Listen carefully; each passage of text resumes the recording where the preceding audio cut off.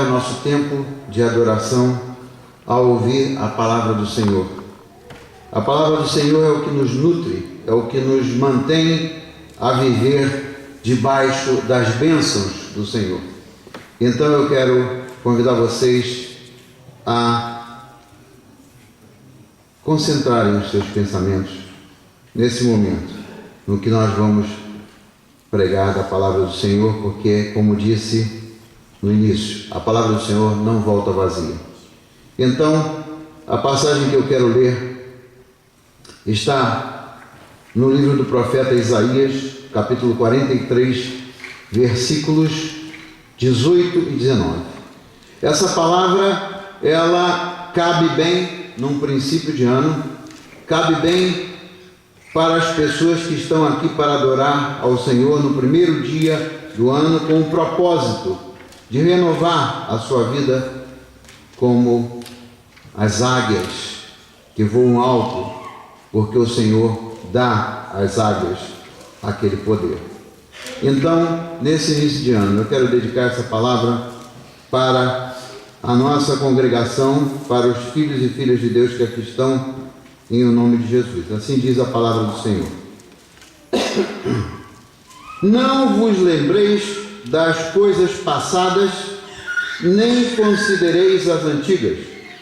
Eis que faço coisa nova, que está saindo à luz. Porventura não o percebeis? Eis que porei um caminho no deserto e rios no ermo. Os animais do campo me glorificarão, e os chacais e os filhotes de avestruzes,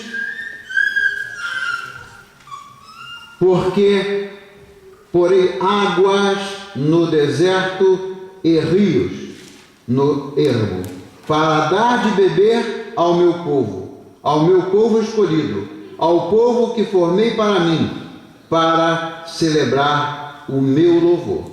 Palavra do Senhor, e o povo de Deus pode dizer: Amém.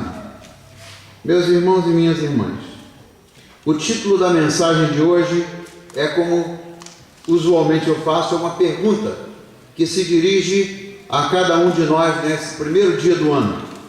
E a pergunta é esta: que queres de Deus neste ano novo? Que queres de Deus neste ano novo? Eu compartilho com vocês a passagem de Isaías e mais adiante vou complementar com o Evangelho de Mateus, capítulo 17, 19 e 20.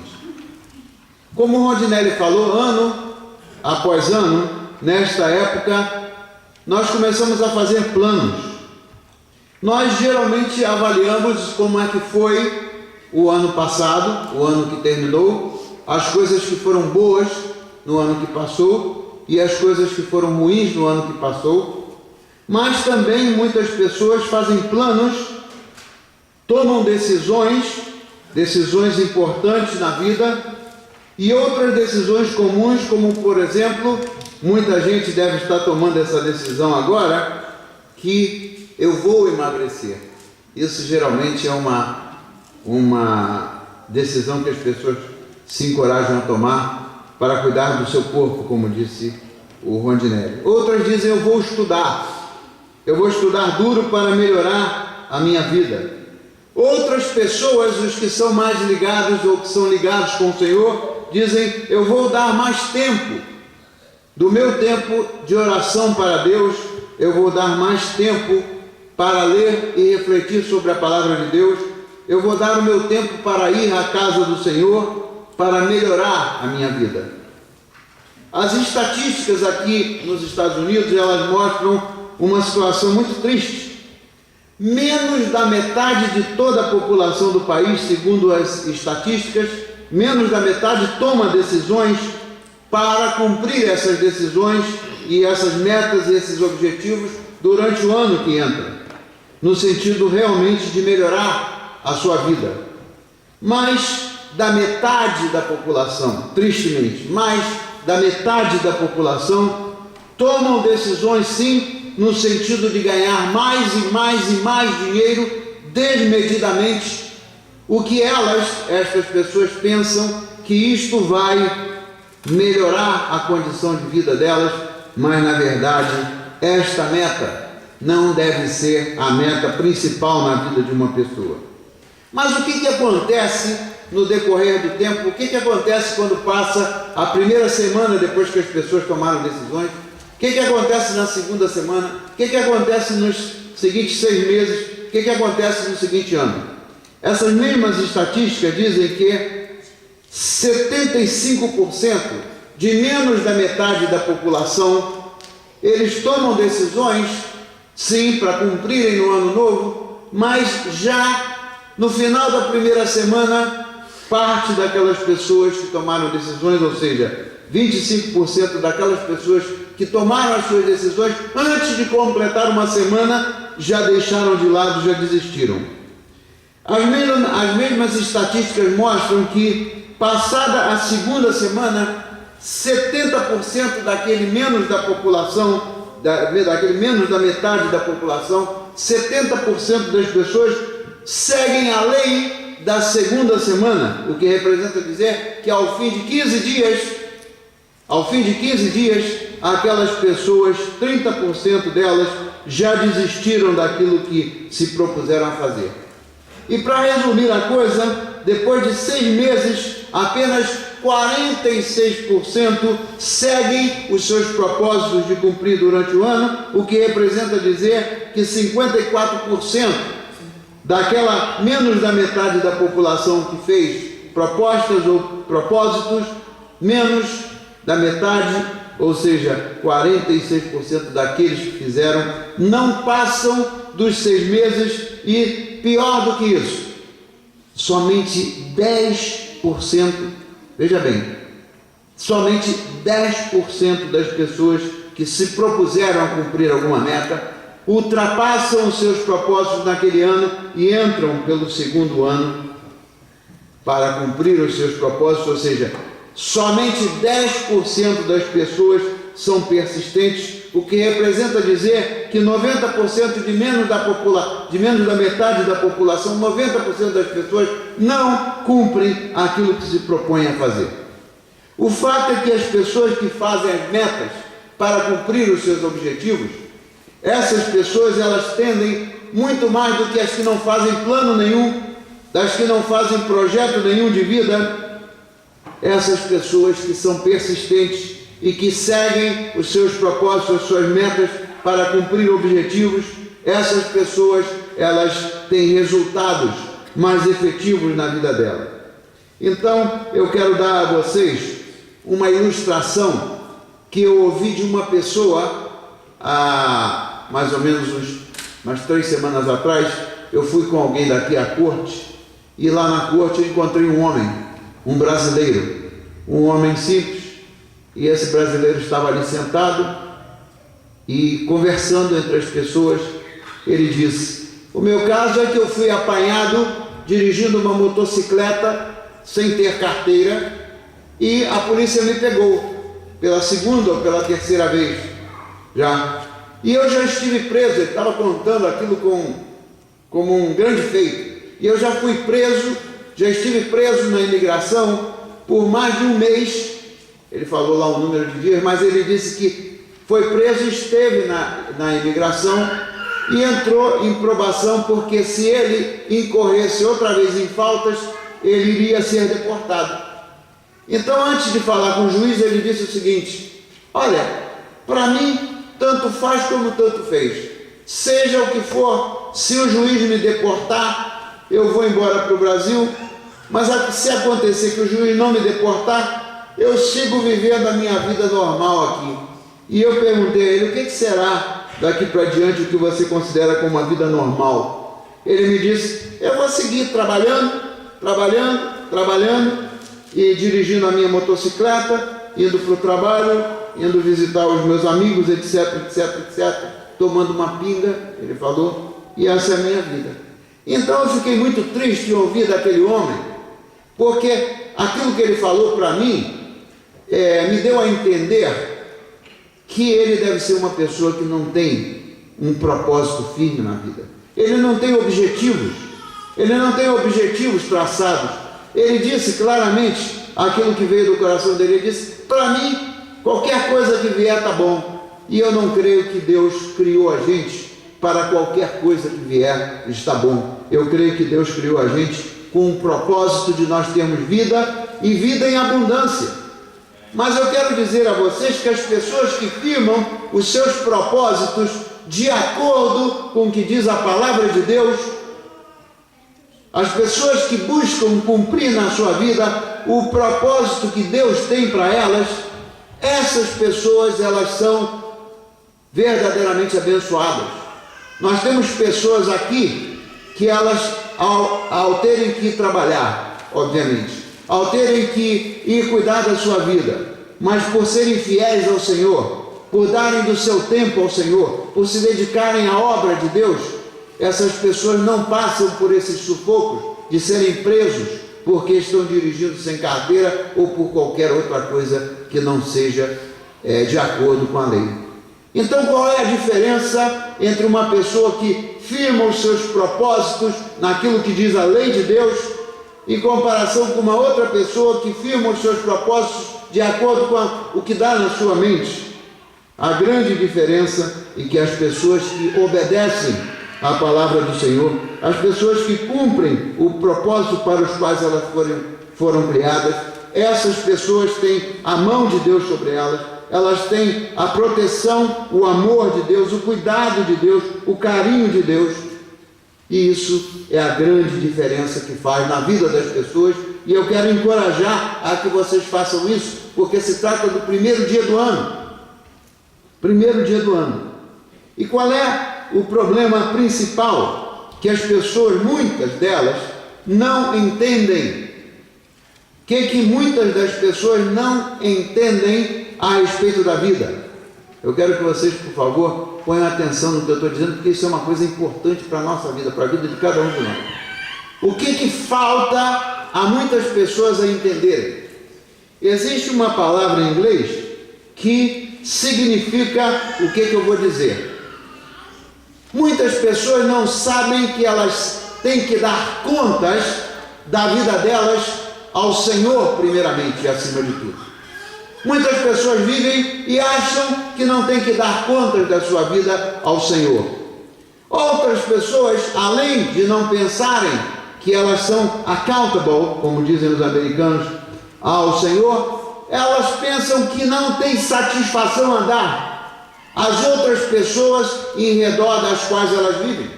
Eu já tenho ouvido de muitas pessoas que elas dizem o seguinte: a vida é minha, eu faço o que eu quiser da minha vida e ninguém tem nada com isso. Isso é um grande equívoco. Por que isso é um grande equívoco? Porque nós devemos contas a todas as pessoas, não só a família, mas as pessoas com quem nós nos relacionamos, porque assim nos ensina a palavra de Deus.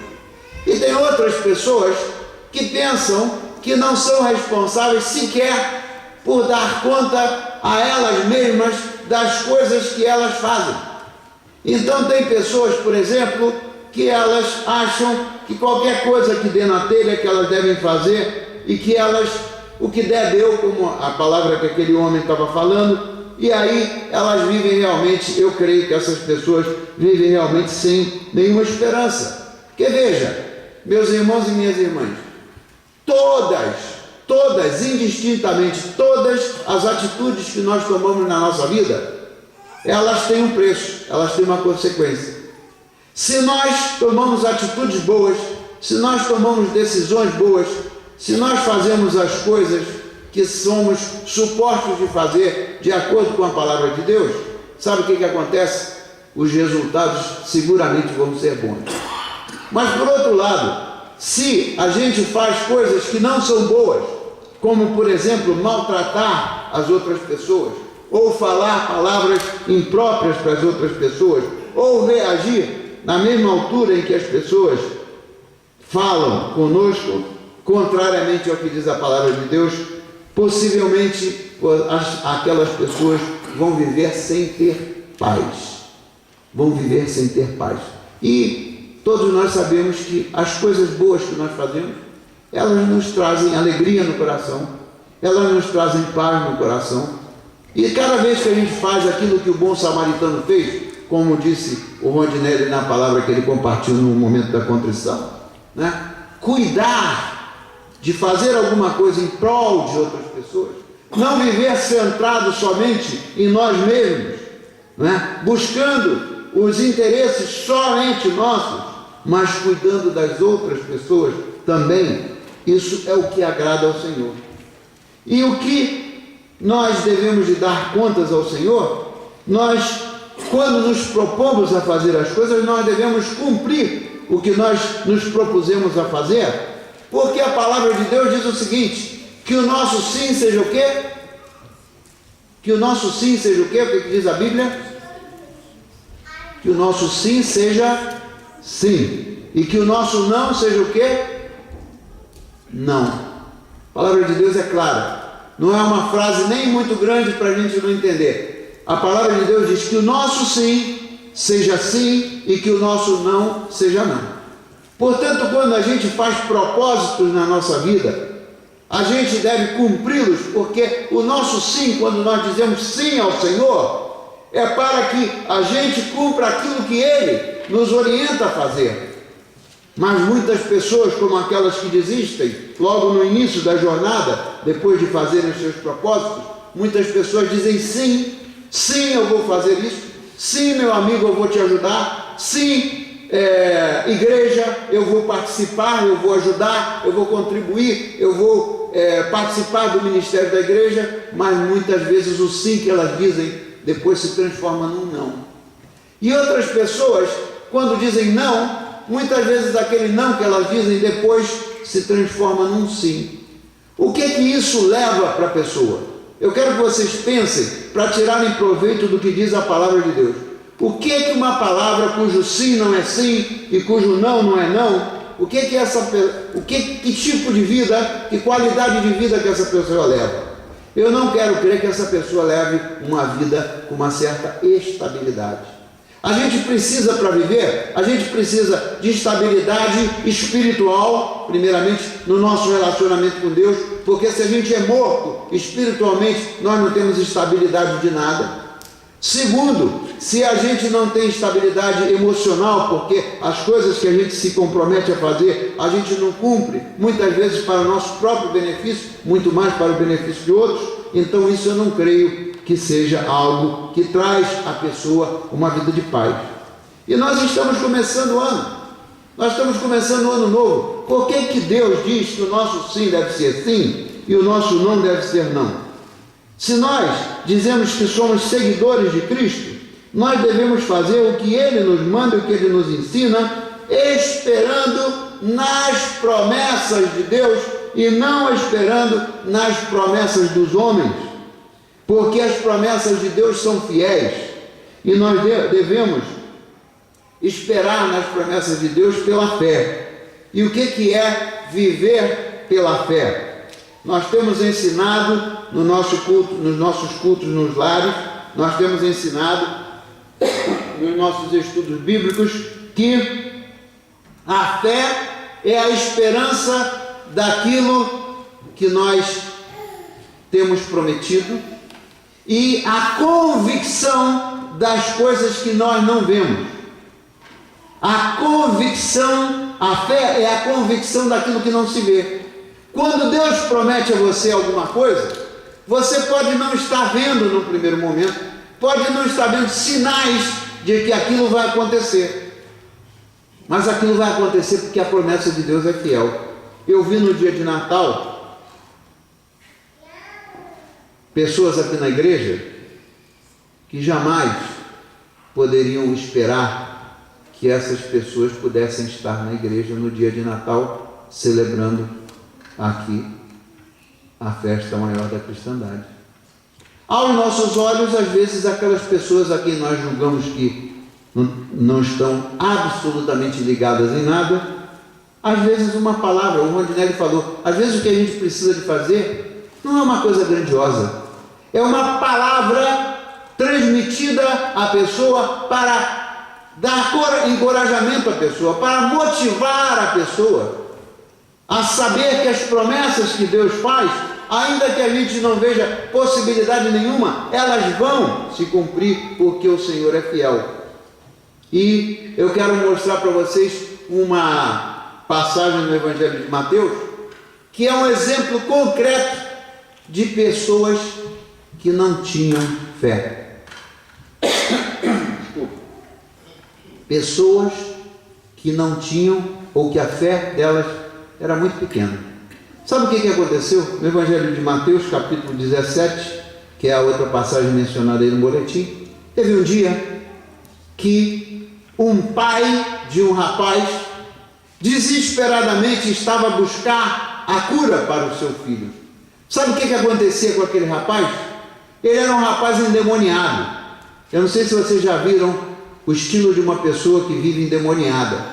Muitas vezes eles põem uma etiqueta dizendo que alguém é endemoniado, mas eu quero ver se uma pessoa é endemoniada de fato, se é uma questão só de uma etiqueta ou se é uma questão séria que alguém deve tomar a cabo. Sabe o que o filho daquele homem fazia? Porque ele era endemoniado, ele às vezes se jogava no meio do fogo para se matar. E não conseguia se matar ainda que se jogando no meio do fogo. Às vezes ele se jogava na água, no meio da água, para tentar se matar. E tudo que esse rapaz fazia eram tentativas de suicidar. Tentativas de se suicidar. Mas o pai desse rapaz estava muito agoniado. Ele queria que o seu filho fosse liberto daquela possessão de Satanás. Então, os discípulos de Jesus, alguns dos discípulos de Jesus foram lá na casa daquele pai, para orar por aquele menino, por aquele rapaz, por aquele jovem, para que o Senhor expulsasse os demônios que estavam na vida daquele rapaz. E eles voltaram para Jesus, os discípulos, e disseram assim, aquela passagem diz o seguinte: Senhor, por que nós não conseguimos fazer aquilo? Por que nós não conseguimos expulsar aqueles demônios? Então a passagem diz assim: quando os discípulos se aproximaram de Jesus, eles perguntaram exatamente isso: por que não podemos expulsá-los? Então sabe o que Jesus respondeu? Por causa da vossa pouca fé. Pois em verdade eu vos digo, o Senhor disse, se tiverdes fé do tamanho de um grão de mostarda, direis a este monte, passa daqui para acolá, e ele há de passar, e nada vos será impossível. O que faltava àquele homem? O que falta às pessoas que não perseveram para buscar uma melhor qualidade de vida, dependendo mais de Deus do que de si mesmos? O que falta? A mesma coisa que faltava àqueles que se diziam seguidores, né? E o Senhor falou: falta a vocês, é porque a fé de vocês é muito pequena. Se vocês tiverem uma fé do tamanho de um grão de mostarda, que é o grão mais minúsculo que nós podemos encontrar, se vocês disserem para essa montanha, mova-se daqui, a montanha vai se mover. O sentido espiritual dessa afirmação de Jesus Cristo é que todas, meus irmãos e minhas irmãs, todas as barreiras que possam se apresentar na vida de vocês, não é uma parte das dificuldades, não. Todas as barreiras podem ser removidas, porque o Senhor é que tem poder para remover as barreiras. Não é porque nós vamos trabalhar muito ou porque nós vamos fazer o melhor que a gente possa, que nós temos habilidade para isso, porque isso é o que o Senhor tem o poder de fazer. O que nós temos que fazer, o que nós somos supostos de fazer, é de levar a palavra dele às pessoas que necessitam de saber que o sim deve ser sim e o não deve ser não, para que se cumpra na vida dessas pessoas e na nossa vida as promessas do Senhor. E uma promessa contundente de Jesus Cristo é vida em abundância, mas ele afirmou que nós devemos estar nele, porque o galho que está fora da videira, Jesus Cristo é a videira, diz o Evangelho de João. Aquele galho que está fora da videira, ele não tem vida, ele não pode fazer nada. Se nós nos conscientizarmos que fora de Jesus Cristo, tudo que nós fizemos é em vão, a gente vai se dar conta que o caminho mais fácil para viver é a gente buscar o poder, a manifestação do poder do nosso Senhor na nossa vida. E as coisas que são impossíveis para nós vão se tornar possíveis. Daí o que eu estou querendo dizer hoje? Que nós não devemos deixar que as coisas aconteçam ao sabor das ondas. Nós não devemos deixar que a gente seja como que uma folha que voa e é levada pelo vento para onde quer que o vento sopre. A gente não se deve deixar de ser levado pela onda, porque isso não é o que Deus ensinou a gente. O que a gente deve ter é metas e metas firmadas naquilo que o Senhor nos promete. Se vocês tiverem interesse firme disso, eu vou fazer uma lista e um estudo bíblico para explorar somente as centenas e centenas de promessas do Senhor que Ele fez para o nosso bem viver. Então, tudo o que nós devemos fazer é buscar mais do Senhor em lugar de nos garantirmos mais em nós mesmos. Então, o que a Bíblia diz a respeito de como viver melhor? A Bíblia diz muitas coisas a respeito de como viver, mas eu só quero me fixar numa coisa, é naquilo que Jesus Cristo mandou nós fazermos, nós mudarmos a nossa atitude. Mudarmos a nossa atitude para fazermos mais daquilo que Deus quer que nós façamos do que aquilo que nós propriamente queremos fazer e que às vezes nos esforçamos em vão. Então, a palavra do profeta Isaías, que eu li no princípio, ela é muito uma chamada de atenção para nós, muito importante para o início do ano, porque a palavra diz o seguinte: não vos lembreis das coisas passadas, nem considereis as coisas antigas. O que Deus está querendo dizer com isso? Deus está querendo dizer que Ele quer que você viva o hoje, você não viva no passado, que você não viva da mesma maneira, com os mesmos pensamentos, com a mesma maneira de agir do que você e eu vivemos no passado. Por quê? Porque Ele diz o seguinte: eis que faço uma coisa nova, que agora está saindo à luz, porventura não a percebeis? Eis que porém um caminho no deserto e um rio no ermo. Eu pergunto a vocês aqui nesse grupo de pessoas que aqui hoje está, algum de vocês é capaz de botar no deserto um rio, fazer correr água no deserto, um rio? Ou então vocês colocarem um rio no meio do ermo? Isso são coisas impossíveis para o homem, mas não são impossíveis para Deus. O que o Senhor está querendo dizer é que Ele quer fazer de você uma coisa nova, uma obra nova de arte na sua vida e na minha vida. O Senhor quer nos transformar. A única coisa que nós devemos fazer é permitir que o Espírito Santo de Deus faça essa obra na nossa vida. E se nós permitirmos que o Senhor faça a obra dele na nossa vida, eu posso te garantir, minha irmã, eu posso te garantir, meu irmão, que tudo aquilo que a gente tenta fazer e se arrebenta para fazer e que não logra resultado, é porque a gente está se garantindo mais em nós do que propriamente nele. Então eu tenho ouvido dizer, algumas pessoas eu tenho ouvido dizer: ah, eu estou desanimado. Meu irmão, minha irmã, a palavra certa não é desanimado ou desanimada. Sabe o que é a realidade? Não é desânimo, é desinteresse das coisas de Deus.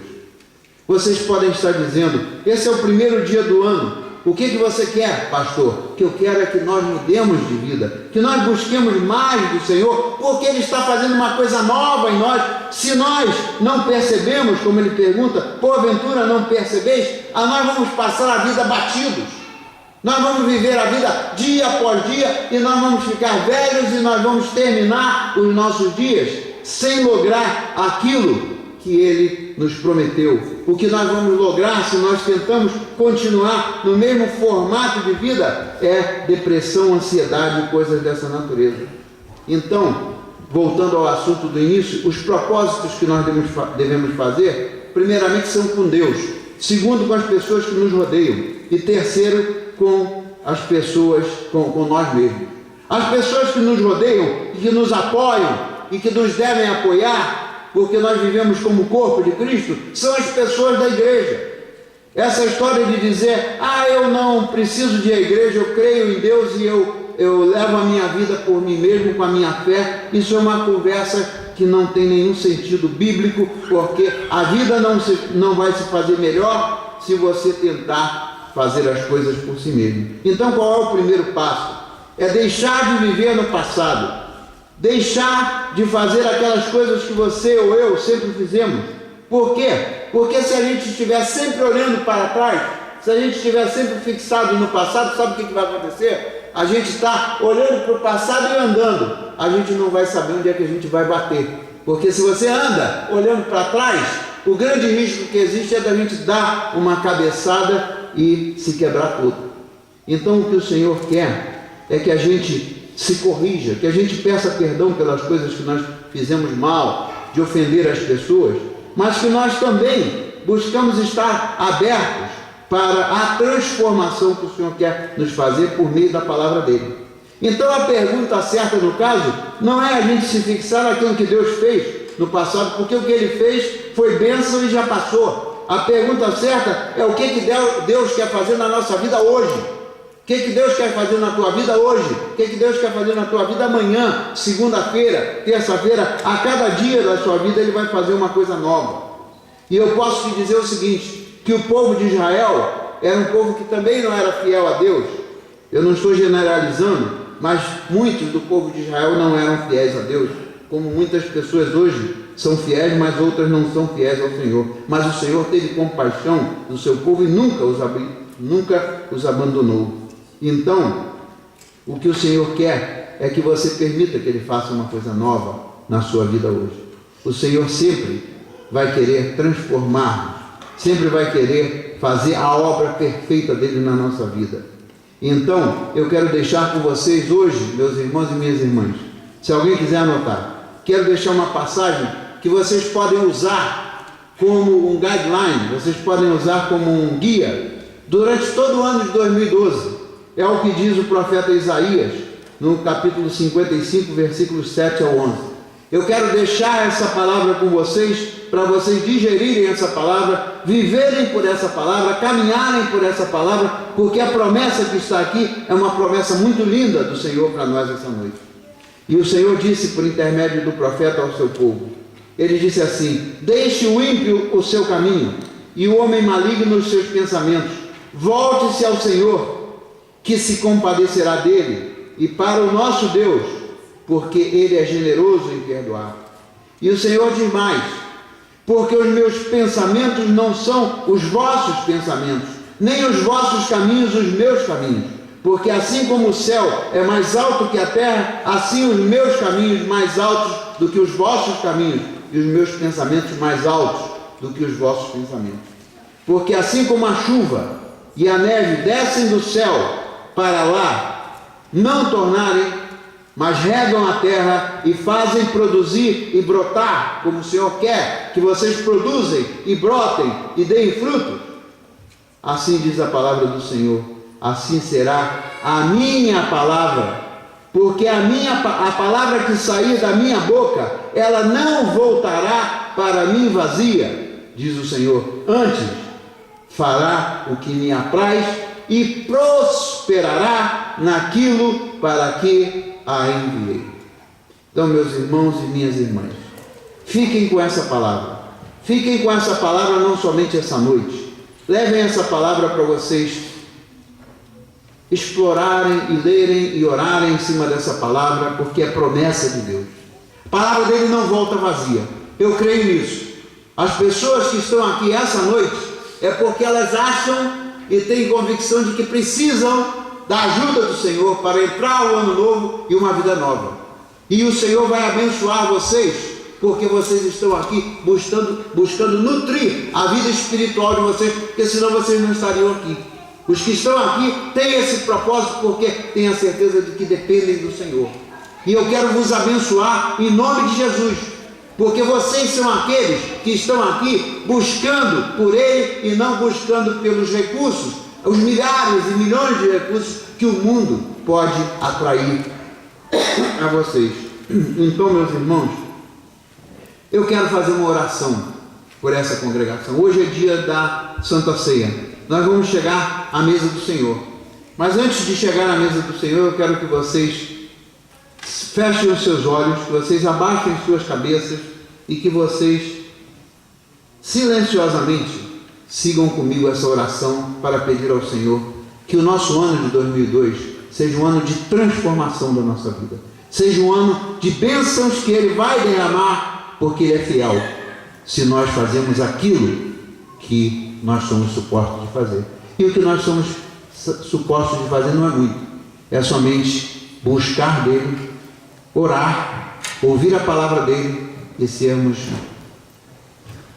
submissos a Ele. Assim que então vamos orar. Senhor, esta noite nós te agradecemos pela vida de cada pessoa que está aqui nessa congregação. Nós te agradecemos, Senhor, pelas famílias que aqui estão, por cada uma das pessoas que estão representando famílias aqui. Senhor, nós te agradecemos pelo privilégio de estarmos aqui e te pedimos que o ano novo seja um ano em que essas promessas que o Senhor tem para nós se cumpram. Mas, Senhor, ajuda-nos a sermos fiéis a Ti e buscarmos mais de Ti e buscarmos mais da Sua palavra e vivermos pelo poder do Seu amor.